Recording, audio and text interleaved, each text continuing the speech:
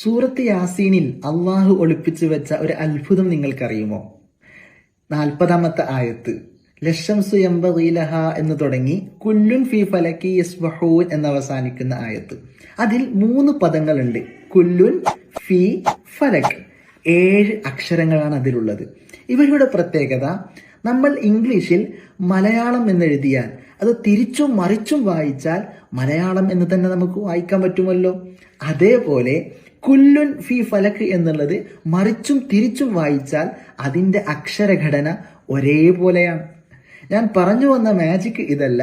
പിന്നെ കുല്ലുൻ ഫി ഫലക് എന്നുള്ളതിലുള്ള ആദ്യത്തെ അക്ഷരത്തിൽ നിന്നും അവസാനത്തെ അക്ഷരത്തിലേക്ക് താഴ്ഭാഗത്തൂടെ അർദ്ധഗോളാകൃതിയിൽ നമ്മൾ ഒരു വര വരക്കുന്നു.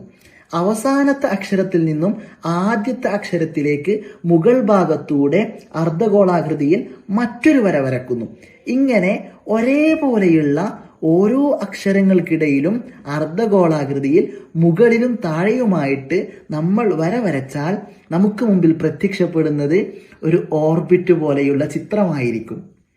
നിങ്ങൾക്കറിയുമോ പ്രിയപ്പെട്ടവരെ, കുല്ലുൻ ഫി ഫലക് എന്ന് പറയുന്ന ആ പദങ്ങളുടെ ആശയം എന്ന് പറയുന്നത് ഓരോ ഗോളങ്ങളും അതിൻ്റെ ഭ്രമണപഥങ്ങളിൽ കറങ്ങിക്കൊണ്ടിരിക്കുന്നു എന്നുള്ളതാണ്. നോക്കൂ, ഓരോ പദത്തിനിടയിലും അള്ളാഹു ഒളിപ്പിച്ചു വെച്ച മഹാത്ഭുതം. വീണ്ടും കാണാം. അസ്സലാമു അലൈക്കും വറഹ്മത്തുള്ളാഹി.